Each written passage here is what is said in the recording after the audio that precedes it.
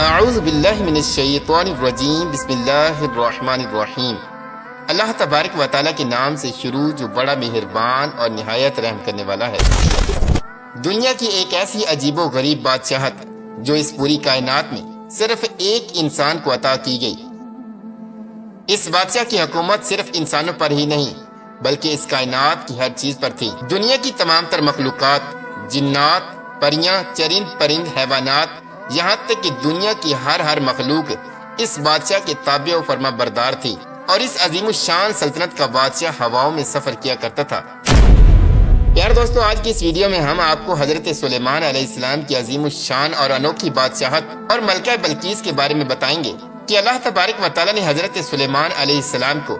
ایسی عظیم الشان بادشاہت کیوں عطا فرمائی تھی، اور حضرت سلیمان علیہ السلام کے پاس ایسا کیا تھا کہ دنیا کی ہر مخلوق آپ کے تابع ہو چکی تھی، اور دنیا کی ہر مخلوق آپ کا حکم ماننے کی پابند تھی۔ اور اس کے ساتھ ساتھ آپ کو یہ بھی بتائیں گے کہ ملکہ بلقیس کون تھی،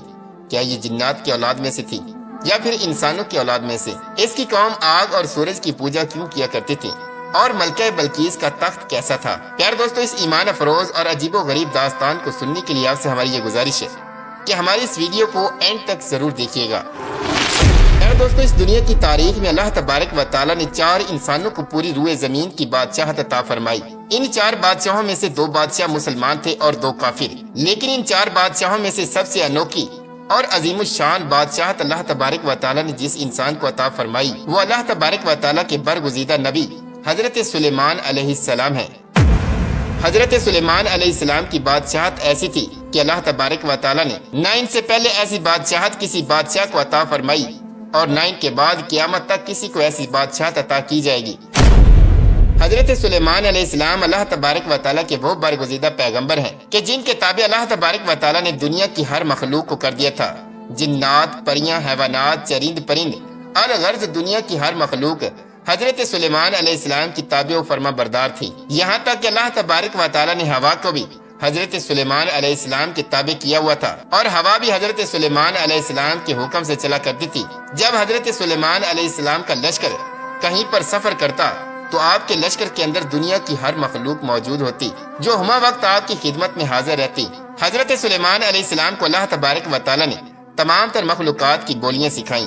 حضرت سلیمان علیہ السلام جانوروں، چرند پرند، الغرض ہر طرح کی مخلوق کی بولی جانتے تھے، اور آپ ان سے کلام کیا کرتے تھے۔ آپ علیہ السلام کا دور حکومت اس قدر عالی شان تھا کہ آپ کا عالی شان تخت ہواؤں میں اڑا کرتا، اور آپ کئی دنوں کا سفر صرف ایک دن میں طے کر لیا کرتے۔ پیارے دوستو، ایک دن حضرت سلیمان علیہ السلام اپنے عظیم الشان لشکر کو لے کر کسی سفر پر روانہ ہوئے۔ حضرت سلیمان علیہ السلام کے سفر کے دوران دنیا کی تمام تر مخلوقات حضرت سلیمان علیہ السلام کے ساتھ ہوا کرتی، اور حضرت سلیمان علیہ السلام کی خدمت میں مختلف قسم کی ڈیوٹیاں سر انجام دیا کرتی۔ چنانچہ حضرت سلیمان علیہ السلام کے اس عظیم الشان سفر میں بھی تمام تر مخلوقات موجود تھیں، اور انہی تمام تر مخلوقات میں سے ایک ایسا پرندہ بھی موجود تھا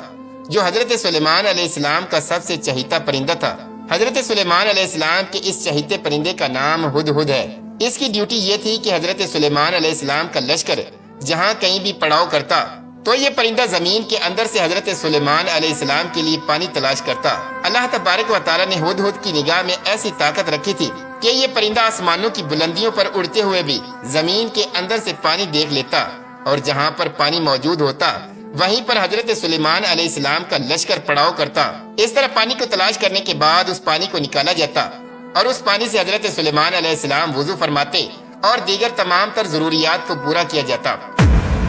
پیارے دوستو، حضرت سلیمان علیہ السلام کے پاس ایک خاص قسم کی انگوٹھی تھی کہ جس کے اوپر اللہ تبارک و تعالیٰ کا اسم اعظم کنندہ تھا۔ اسی اسم اعظم کی وجہ سے دنیا کی تمام تر مخلوقات اور ہر چیز حضرت سلیمان علیہ السلام کی تابع و فرما بردار تھی۔